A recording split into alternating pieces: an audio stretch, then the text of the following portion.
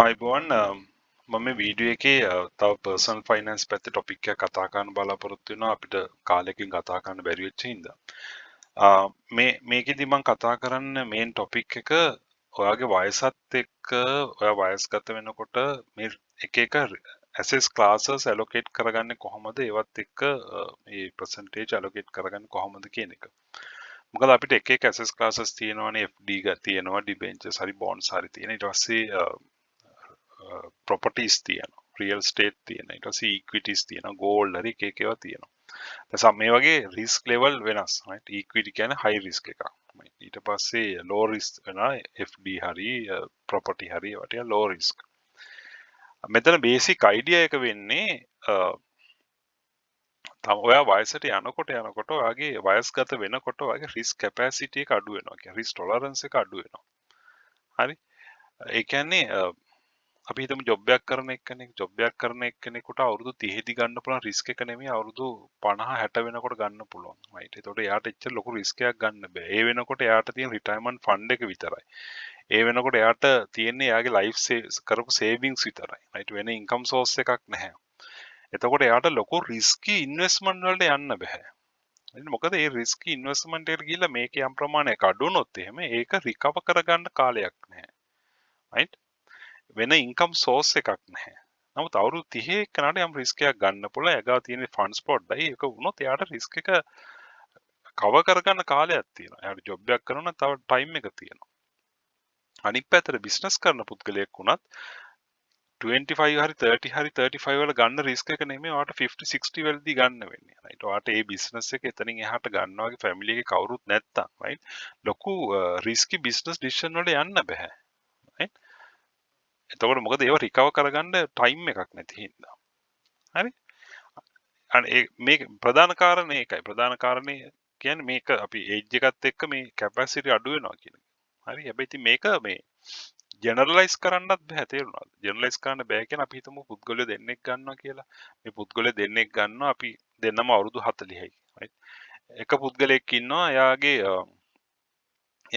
කියන්නේ ෆැමිලි එකේ වයිෆුත් ඉන්කම් එකක් තියෙනවා. එයාටත් හොඳ ඉන්කම් එකක් තියෙනවා. right.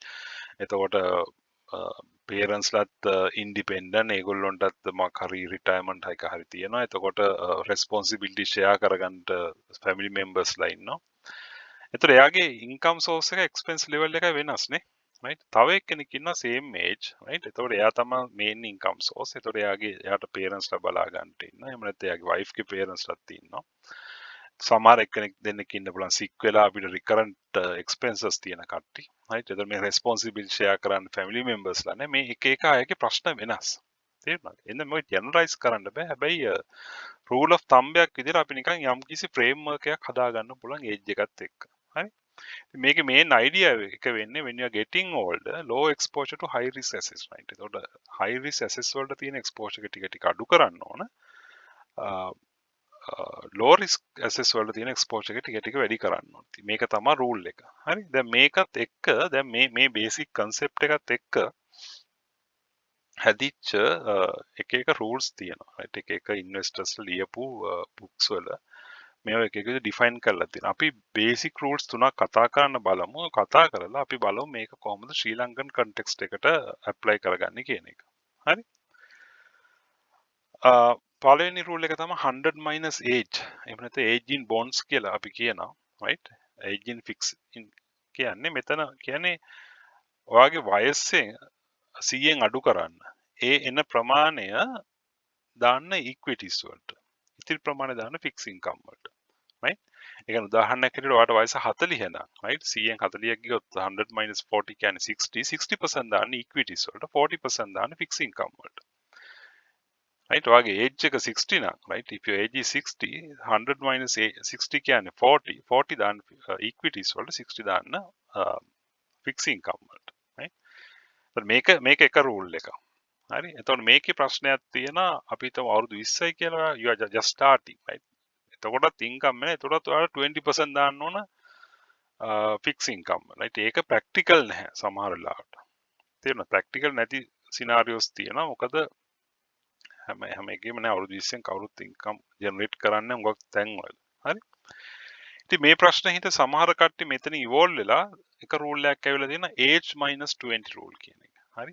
h-20 කියන්නේ අපි හිතමු වගේ එජ් එක 40යි කියලා 40 කියලා 40 20 right එතකොට 20% ඒක දාන ෆික්ස් ඉන්කම් වලට රෙස්ට් දාන ඉක්විටිස් වලට 80% right if age is 60 right 60 20 කියන්නේ 40% දානවා ෆික්ස් ඉන්කම් වලට right ඉතින් ටික දාන ඉක්විටිස් වලට මේක පොඩ්ඩක් ඇග්‍රෙසිව් ඉක්විටි පැත්තට බර ස්ට්‍රැටජි එකක් හරි මෙතනින් එහාට ගිහිල්ලා මේකේ මිඩ් එකක් එනවා right ඒ කියන්නේ අපි මෙතන assumption එක අවුරුදු 20 වෙනකොට යාට මොකුත් නැහැ කියන එක right 40 වගේ වෙනකොට 20% විතර අපිට fixed income දාන්න තත්ත්වයක් කියන එක right මෙතනින් එහාට ගිහලා තව රූල් එකක් තියෙනවා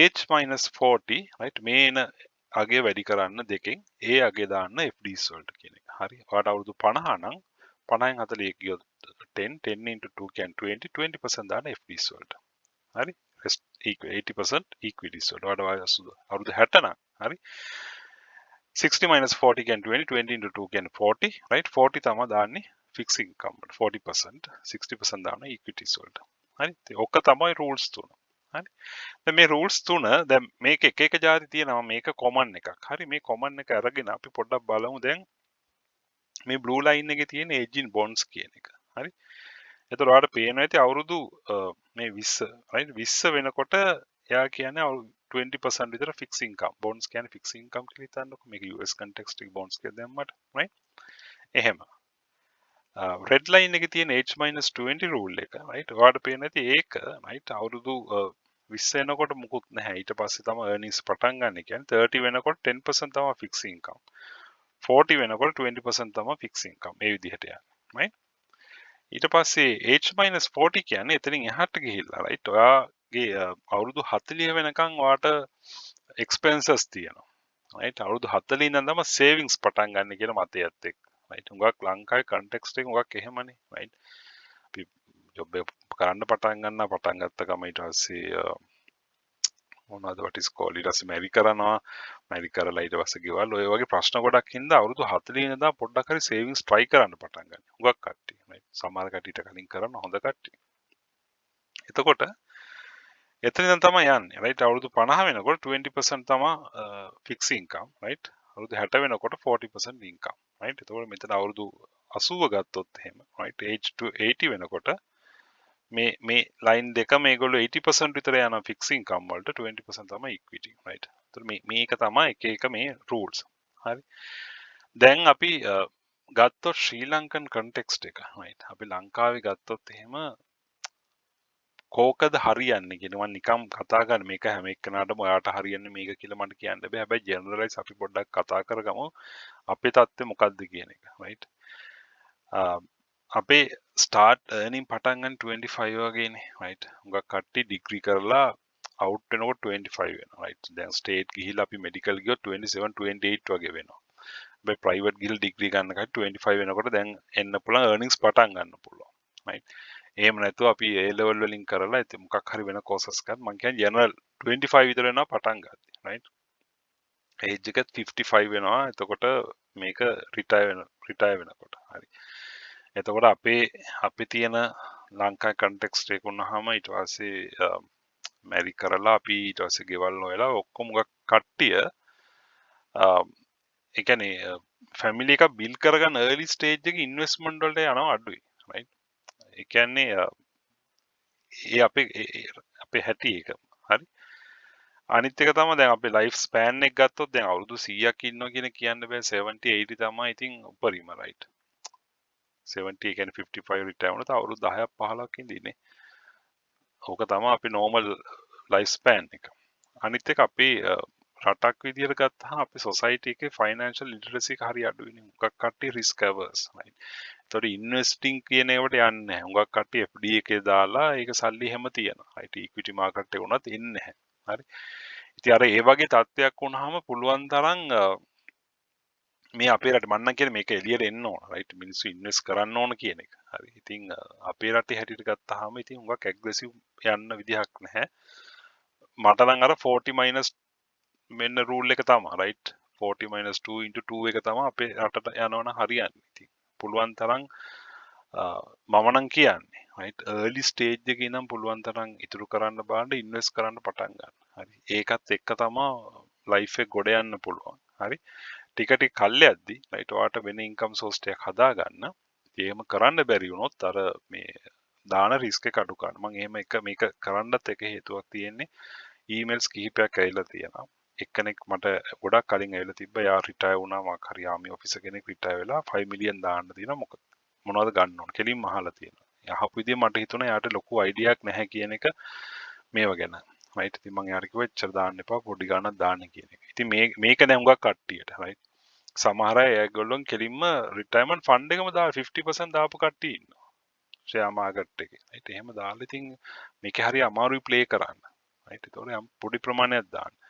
මට තව chat එකක් ඇවිල්ලා තිබ්බා යාට 8 මිලියන් දාන්න. මං කිව්වා එපා. ඉකොනොමි එක පොඩි රිකා වෙනකන් ඉන්න. ඉතින් අපි එක එකනයි කන්ටෙක්ස්ට් එක වෙනස් රයිට්. රිස්ක් එක ගන්න පුළුවන් ප්‍රශ්නයක් නෑ. නමුත් ජෙනරල් මේ අයිඩියාස් ඔලුවට ගන්න. හුඟක් කට්ටියගේ මේ අයිඩියා එක නැති හින්දා. හරි. thank you very much.